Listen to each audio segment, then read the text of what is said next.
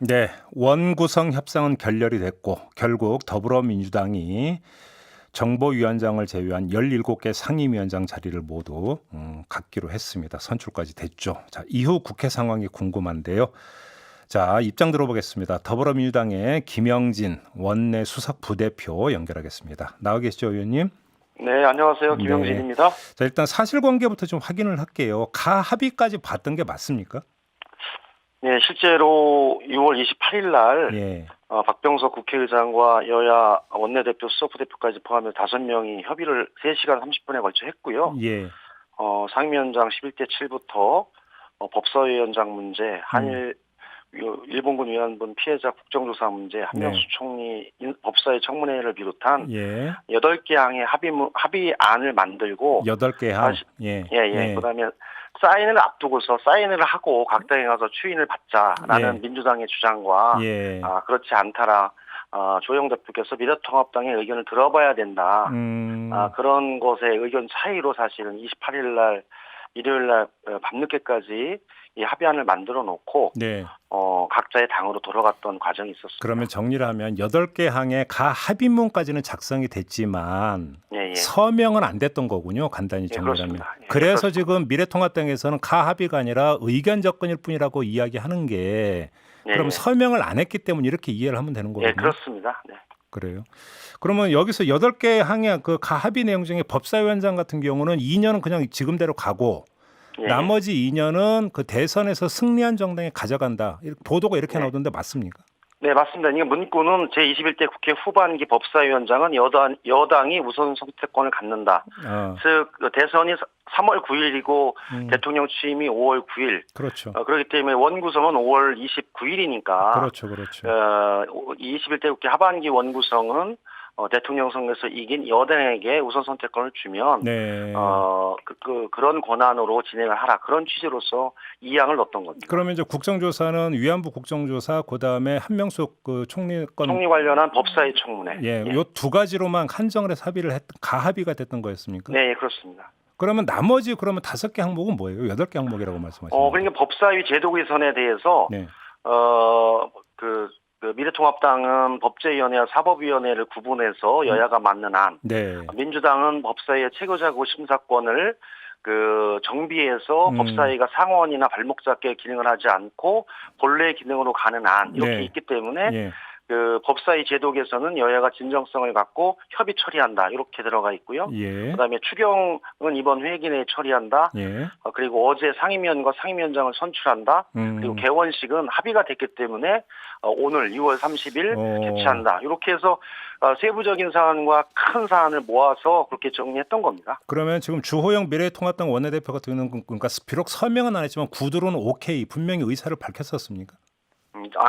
저희들의 합의 협상이나 내용 속에서는 저는 충분하게 합의문에 서명을 하더라도 서로 큰 이해가 다름이 없었다라고 봤었고요. 단 미래통합당 내에서 조영 대표가 당내 추인의 문제가 있기 때문에 이 자리에서 사인은 어렵겠다라는 합의문을 작성하는 것은 어렵겠다라는 의견 때문에 마지막까지 진통이 있었습니다. 근데 아무튼 이제 결렬로 결국 그러니까 그렇게 이제 결론이 났는데요. 그러면 미래통합당 안에서 어떤 일이 있어서 결렬로 그러니까 치달았다고 파악을 하고 계세요?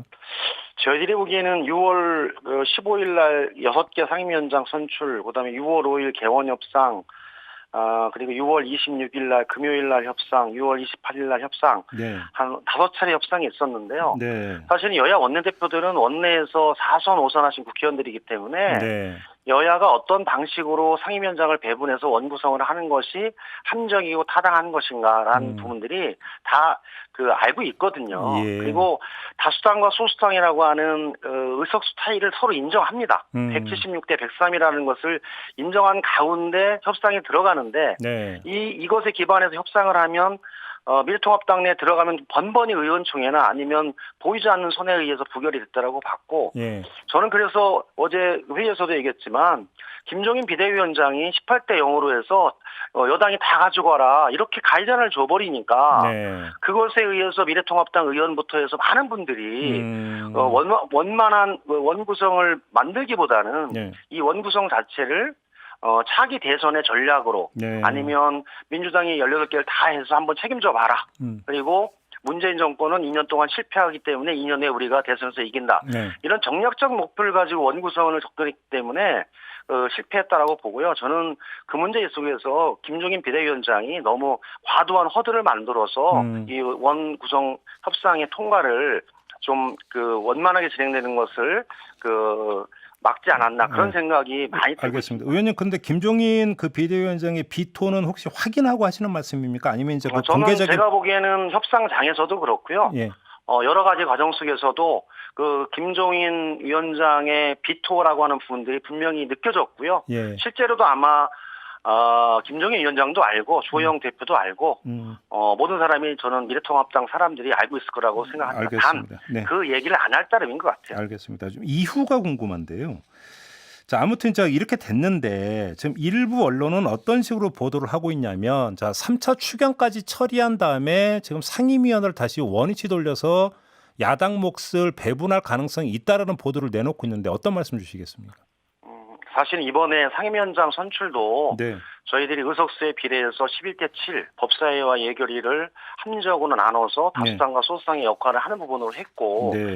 그래서 마지막까지 어제까지 11대 7을 준용해서 하고 가자는 취지였는데 네. 실제로 3차 추경을 통해서 경제를 살리고 또 기업을 살리고 실업을 구제하는 문제에 관한 절박성 때문에 사실은 불가피하게 저희들이 선출했다라고 보고요. 예. 그러나 상임위원장 선출은 국회를 통해서 선출했기 때문에 저는 2년의 임기를 가진 그 역할들을 충분히 수행하는 것이 필요하다. 네. 그리고 이후에 상황 변경에 대해서는 그 이후에 판단의 문제지 현재는 얘기할 수 있는 것은 아니다. 분명하게 선출된 상임위원장은 그 역할을 다해야 된다. 그런 생각을 하고 있습니다. 그러면 이후에 상황 변경의 여지는 남겨두는 발언으로 들리는데요. 맞습니까?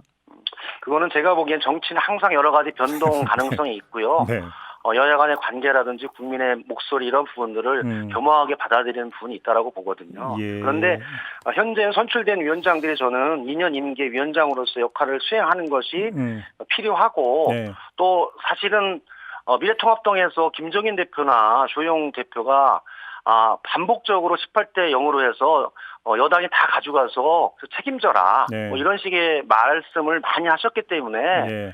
지금 바로 그 얘기를 하기에는 제가 보기에는 쉽지 않은 국면이다. 그래서 여당이 책임져 나갈 수밖에 없고 네. 실제로 그분들이 원하듯이 민주당 문재인 정권이 실패하기를 바라고 있으면서 이런 식의 제안을 했기 때문에 저희들은 좀 더 겸허하게 하고 능력 있게 해서 성과를 잘 내서 국민들에게 도움이 되는 의회가 될 수 있도록 노력할 겁니다. 아마 앞으로 그 최대의 과제가 공수처 출범일 것 같은데요. 그러려면 공수처장 후보를 추천을 해야 되지 않겠습니까? 네네. 그런데 지금 미래통합당이 이 추천 절차에 응하겠느냐, 응하지 않을 가능성이 높다라는 이야기가 나오고 있고, 네네. 그래서 민주당의 이해찬 대표 같은 경우는 특단의 대책까지 지금 미리 언급을 한 상태란 말이죠.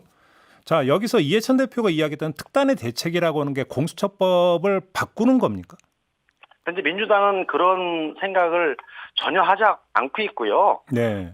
여야 합의에 의해서 1월 15일 날 공포가 됐기 때문에 네. 그 후 6개월 후 7월 15일까지 실시한다라고 하는 법 규정에 의해서 여야가 합의했던 바대로 국회 통과대로 네. 추천위원을 추천하고 공수처장을 임명하는 방식이 필요하다는 입장이고요. 여당이 7명 중에 2명, 야당이 2명 이렇게 딱 돼 있고요. 네. 그럼 7명 중에 야당이 2명이기 때문에 의결하려면 7분의 6 이상으로 공수처 모법에 돼 있기 때문에 그렇죠. 야당이 사실은 공수처장 추천위원이나 후보자를 예. 가장 공정하고 정의로운 공수처장 추천위원과 후보자로 선정하면 아마 제가 보기에는 그분이 공수처장 1기 공수처장이 되지 않을까 그런 생각하고 있고요. 근데 문제는 민주당은 예. 공수처법을 현재 개정하거나 그럴 계획이 전혀 없습니다. 전혀 없습니까? 네, 그렇습니다. 왜냐하면 현재 시행하지도 않은 법을 네. 시행해보지도 않고 개정한다라는 것은 저는 법 제정 취지와 여야 합의에 의해서 진행했던 사항에 대한 근본적인 사항들이 아니기 때문에 네. 저는 절차와 과정을 진행하고 그 속에서 합리적인 판단들을 기다리고 야당도 제가 보기에는 합리적으로 이 문제는 접근하지 않을까 그런 생각입니다. 조금 전에 이제 그 의원님께서 이제 그 상임위원장 질문을 드리니까 정치에 있어서는 이제 상황 변동 가능성을 언급을 하셨는데 네네. 또 공수처와 관련해서 법률 개정에서 전혀 그럴 생각 없다고 말씀을 딱 잘랐습니다. 네, 현재는 없습니다.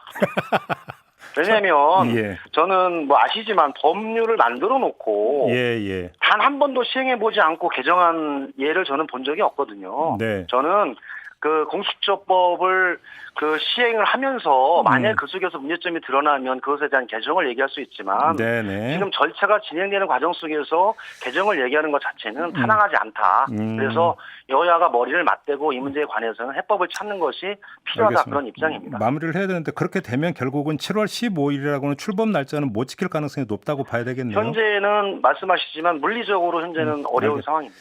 알겠습니다. 자, 말씀 여기까지 드릴게요. 고맙습니다, 의원님. 네, 고맙습니다. 네, 지금까지 더불어민주당 원내 수석부 대표를 맡고 있는 김영진 의원이었습니다.